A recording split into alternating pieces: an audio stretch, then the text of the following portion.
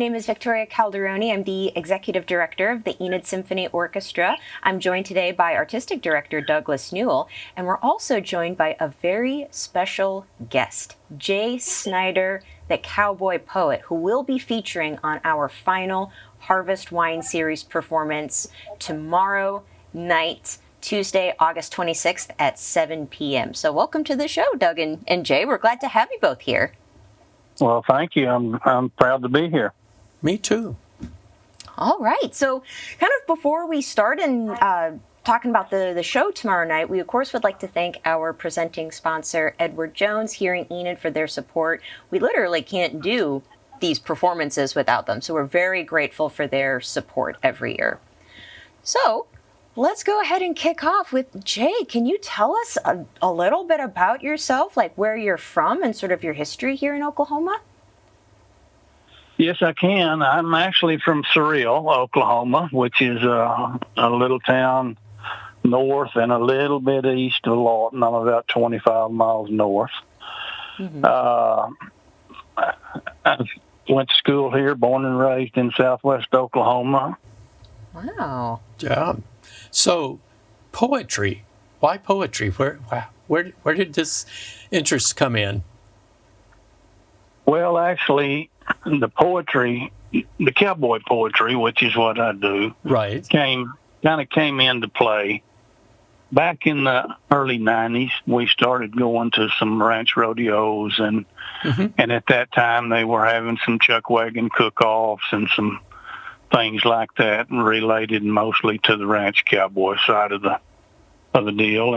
And most generally, they'd always have a cowboy singer or a cowboy poet or two around some of those events. And I just got interested in the stories that they told. And growing up with all those old cowboys all my life, I had thousands of stories that I heard all those years, and I thought, well, you know what? If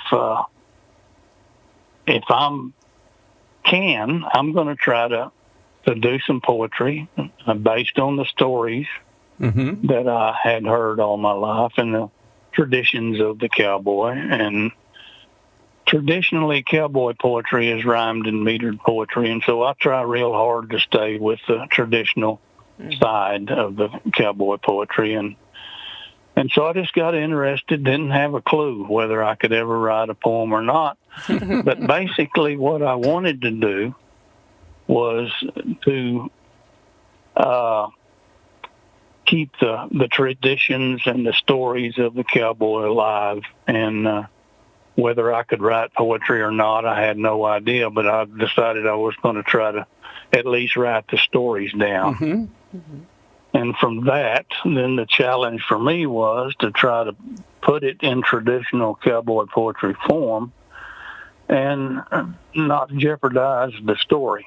I wanted to keep the story as true as I could. And so that's kind of where it all started. And then I got to know several of the poets and singers around, and it's just kind of blossomed from there. That was in about 1996 when this all happened. So are the stories things that you were personally involved in, or things that have been passed down for say 100 years or so? Some of the stories are I lived part of a lot of those stories, and then it's stories that I heard from those old timers, and it's stories that I witnessed at rodeos and different ranch jobs and different things. And so it's based on true happenings. But, as a poet, they've given us a tool called poetic license, which means I can just lie like the devil if I want to. And that doesn't I do get that you in quite trouble a little home. bit. So a lot of the stories, have been embellished somewhat, and so have a lot of the poetry that was written way back in the day. There's a lot of cowboy poetry that actually they started writing 150, 175 years ago back in the trail drive days. So I've been a fan of the Trail Drive days, and I've been a fan of the cowboy forever. I actually myself rodeoed all through my younger years and high school years, and on up into the amateur ranks. I rode bulls for about 25 years, and so I was acquainted firsthand with a lot of those old timers and a lot of cowboy ways. So that's kind of where it all started. Any stories about family? Yeah, I've got some stories about family. I try real hard not to write first-person poetry because that's just not, it's I. Well, I don't write that kind of poetry. I try to take those stories and put another character maybe in that story and still make it put it in poetic form. So it's been a lot of fun. It's been a great trip for the last nearly 30 years. Oh, that's wonderful. And you're the poet laureate of Oklahoma, I understand. Yes, sir. That's marvelous. What does that entail exactly? Well, it's actually has been a lot of fun for me. I go to a lot of schools, and I go to museums, and I go to a lot of different places over the state, get to travel some and do some schools and museums and different appearances as the poet laureate for the state. And I was appointed in 2023, which and it's a 2-year term, 23 and 24, and then the Arts Council, which is the poet laureate is affiliated mostly with the Arts Council, and so they called me in late 2024 and asked if I would consider doing another term as poet laureate. So 25 and 26, they reappointed me. Governor Stitt reappointed me in 25. So I'm doing an extra term now, and it's been a great experience for me. I've got to meet a lot of people that I never would have gotten to meet otherwise, and so it's been fabulous for me. Yeah. And maybe you could give us a little sneak peek into one of the stories you might share tomorrow night, like what it's about, what we can expect? Well, I probably could. I wrote a little poem several years ago that entails an inspiration that I got, and the inspiration came from one little bumper sticker, and the bumper sticker read "Cowboy Up." Well, I had no idea what that meant, so I decided I was going to put it in the context that I thought it needed to be in. So I wrote this little poem called "Tyrone and Tyree." I've learned lots of lessons about cowboying up. You see, I've been a cowboy since I was a pup, and my dad taught me the way Granddad taught him: rewards without effort come seldom and slim. That if working for wages or bossing a crew, a job left half finished reflects upon you. That good leaders are men who, while bossing a crew, won't ask of their men what they wouldn't do, because men are just men, and it's by God's design we all pull on our britches one leg at a time. But some men are leaders while others hold back. They'll stray from the trail, some are hard done track. But with proper persuasion, they'll likely fall in. You see, that's just the nature of horses and men. And it put me to thinking about Tyrone and Tyree, the best team of Belgians you ever would see. Well, they'd lay in those collars and pull stride for stride, work sun up to sundown till the day that they died.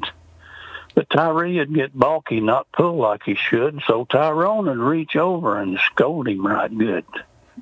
And the load they was pulling would even right out. That's the lesson in life that I'm talking about. 'Cause some horses are leaders while others pull back. They'll stray from the trail some or hard done track.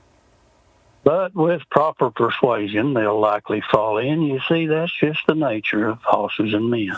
And it put me to thinking about what Dad had said, and one question he asked me still rings in my head. In your mirror while shaving, which one would you see? Would you see Tyrone or would you see Tyree? And the leaders of men, let's all raise a cup. Here's to pulling your weight, to cowboying up, Tyrone and Tyree. Oh my goodness, I love that. I really. Well, some of them get a little lengthy at times, but that's one of the shorter ones that I could think of at the moment. Oh my goodness, I really enjoyed that. Oh my gosh, we're going to get an excellent show tomorrow night. We are indeed. I hope so. Yeah.